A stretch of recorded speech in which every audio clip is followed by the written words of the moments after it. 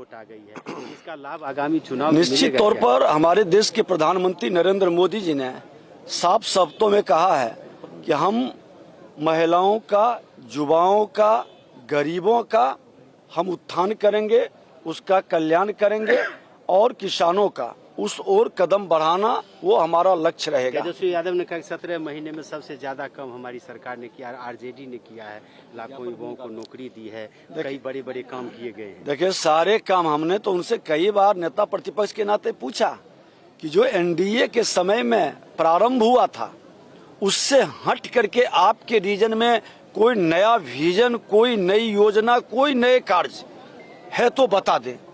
ये जितने भी गिना रहे हैं वो तो मेरे रीजन के अंदर है।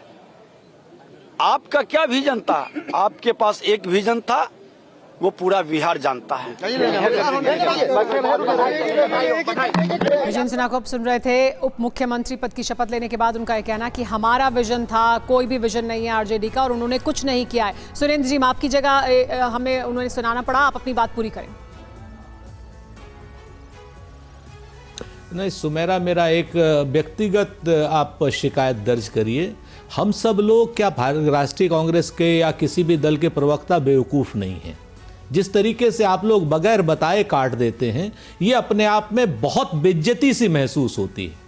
मैं आपको जिम्मेवारी से कहता हूं कि जिस तरीके से ये जो घटनाक्रम चल रहा है ना टीवी इंडस्ट्री में, मीडिया के इंडस्ट्री में, ये अपने आप में अतुलनीय, अद्भुत है। आपको मतलब इस तरीके की गिरावट है। नहीं सर, देखिए लाइव सिचुएशन है, लाइव जब कोई चीज हो रही होती है लाइव सिचुएशन मतलब अजीब किस्म की गिरावट है। लाइव क्या 1 मिनट बाद नहीं कट सकता? लाइव घटनाक्रम चल रहा है इस वक्त वहां बिहार। नहीं, हम इसका मतलब चर्चा कर रहे हैं। आप अपना पक्ष पूरा 1 मिनट आपको चाहिए था, आप 1 मिनट अपनी बात पूरी रखिए, आपको कोई नहीं टोकेगा। अब आप अपनी बात रखिए सर। और इसमें समय जाएगा जब मैं और आप ये चर्चा करेंगे।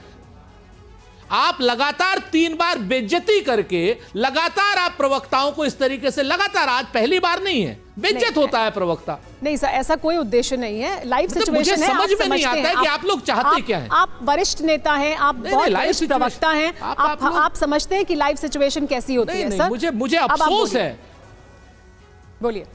मुझे अफसोस है। मैं आपको फिर से मतलब हम लोगों की बात ही नहीं हो पाती, हम लोग कह ही नहीं पाते। अब मन में इतना क्षोभ हो गया कि वो बात दोबारा नहीं कह सकते। नहीं सुरेंद्र जी, देखिए हम और आप कितनी बार चर्चा में साथ में रहे हैं। दुख होता है अंदर से। नहीं, ये उद्देश्य नहीं है, लाइव सिचुएशन है। आप खुद इतने वरिष्ठ प्रवक्ता हैं, आप समझते हैं कि टीवी में बहुत सी ऐसी मजबूरियां होती हैं जब लाइव सिचुएशन होती है। आप अपनी बात पूरी करिए जी।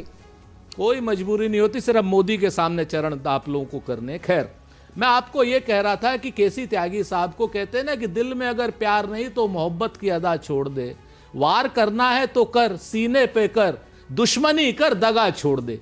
केसी त्यागी साहब, मैं कहना नहीं चाहता था, आपका खुद का बेटा भारतीय जनता पार्टी में, आप तो कब से गठबंधन तोड़ना चाहते थे। नंबर 1। नंबर 2, मोदी जी को अपने नाम पर, अपने काम पर और प्रभु श्री राम पर भरोसा नहीं है, इसीलिए वो नीतीश कुमार जी की शरण में गए हैं कि भाई 400 सीटें कहां से आएंगी या हम सरकार कहां से बनाएंगे। अगर प्रभु श्री राम के सहारे, अपने नाम के सहारे और अपने काम के सहारे अगर वो बनाना चाहते थे तो क्यों नीतीश कुमार जी को आपने अपनी तरफ लेने की साजिश रची। तीसरी बात मैं नीतीश जी से कहना चाह रहा हूं और केसी त्यागी साहब से कि अगर कांग्रेस पार्टी इस तरीके की कोई हरकत कर रही थी तो सारे दलों को, यानी इंडिया गठबंधन के बाकी दलों को मिलाकर के कांग्रेस को निकाल देते ना। आप भाग क्यों गए? यह कौन सा तरीका हुआ कि आप भाग गए और आप कांग्रेस के ऊपर ब्लेम कर रहे हैं? भागे खुद आप। सच बात यह है कि जिस तरीके का घटनाक्रम हुआ है, नीतीश कुमार जी ने गिरगिट को पीछे छोड़ दीजिए और नरेंद्र मोदी जी और भारतीय जनता पार्टी को ना अपने नाम पर भरोसा, ना अपने काम पर भरोसा और ना ही प्रभु श्री राम पर भरोसा है। यह सिर्फ और सिर्फ भारतीय जनता पार्टी की कवायद है और भारतीय जनता पार्टी ने नीतीश कुमार को सिर्फ इसलिए तोड़ा है कि नीतीश कुमार के जरिए वो हम पर अटैक कर सके। डर गए हैं वो लोग। जी सुरेंद्र जी, अब सम्राट चौधरी बोल रहे हैं, उनको सुनवाएंगे, लेकिन आप व्यक्तिगत जब हमले करते हैं तब आपका भी समय व्यर्थ में जाता है। हमारा उद्देश्य आपको बोलना था। नहीं, मैंने व्यक्तिगत हमला नहीं किया। जी सुरेंद्र जी, तो अब मैं तुहिन सिन्हा के पास जाऊंगी, प्रवक्ता हैं बीजेपी के, उनका रुख करूंगी, क्योंकि आपने जब अपनी बात शुरू की उसके पहले आपने जिस तरह का हमला किया उस पर मैं प्रतिक्रिया दे सकती थी, लेकिन मुझे लगा कि आपको अपनी बात पूरी रखनी चाहिए, क्योंकि हम चाहते हैं कि आप अपनी बात पूरी रखें। आप जो बात कह रहे हैं वो 1 मिनट तक किसी ने नहीं आपको टोका, और उद्देश्य यही है कि आप आपकी अपनी बहुत बात इज्जत करता आप हूं, अपनी बात आपके रखें। चैनल की बहुत इज्जत करता हूं, इसीलिए मैंने बिल्कुल नहीं आपको टोका उस समय। तरीका होता है, मगर हमेशा कहीं ना नहीं कहीं सर, देखिए ये लाइव सिचुएशन है, लाइव अभी भी सम्राट चौधरी का बाइट आएगा, वापस तो हम वापस सुनवाएंगे। सुन लीजिए, अब सम्राट चौधरी बोल रहे हैं इस वक्त। पूरे परिवार को हरा के आए थे, आगे भी हराएंगे, चिंता मत कीजिए।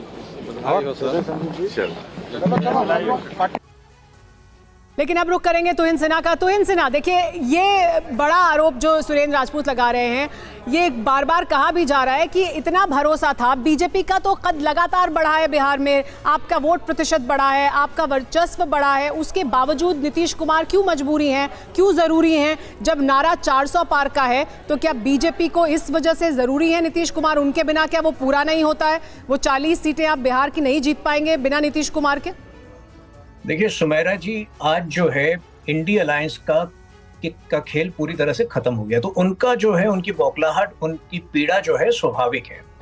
देखिए हमें जो है ना, हम ये महत्वाकांक्षी पार्टी है, पहले की जैसी पार्टी नहीं। अगर 350 सीटें अगर लगता है कि सुरक्षित है तो हमें लगता है कि और 20 सीटें आ जाए। लेकिन 2 चीजें जो बहुत बहुत महत्वपूर्ण है, जब आरजेडी की सरकार किसी भी फॉर्म में बिहार में आती थी, हमने देखा है कि क्राइम और करप्शन का एक परिकाष्ठा हो जाती थी वहां पे। बिहार को आरजेडी से मुक्त करना, और दूसरी ओर इस देश को जो इंडी अलायंस तरह तरह से भ्रमित कर रही थी पिछले 6-7 महीनों से, और ये जो आप बिहार में देख रही हैं आज, वो बिहार तक सीमित नहीं रहेगा। बंगाल में जो है इनके भारत जोड़ो यात्रा, न्याय यात्रा को घुसने नहीं दिया, 2 दिन का इनको विराम लेना पड़ा। अखिलेश यादव जो है कल अपने मन से 11 सीटें इनको छोड़ देते हैं, और कांग्रेस जो है एक ऐसे व्यक्ति के लिए सीट मांग रही थी जिसका निधन पिछले 10 साल पहले हो गया था। तो ये किस जमाने में जीते हैं ये लोग, ये तो यही बता सकते हैं। लेकिन फिलहाल मैं ये कह सकता हूं कि जब राहुल गांधी इस प्रकार की यात्रा पर निकलते हैं तो उनकी पार्टी को, और वो जिन पार्टियों से जुड़े हैं, उनको बहुत क्षति होती है।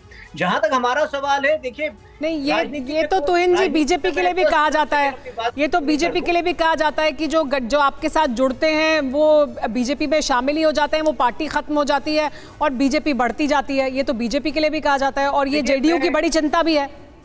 देखिए हमारा स्टैंड बहुत क्लियर रहा है, जब नीतीश जी छोड़कर गए हैं, ये उनका फैसला रहा है।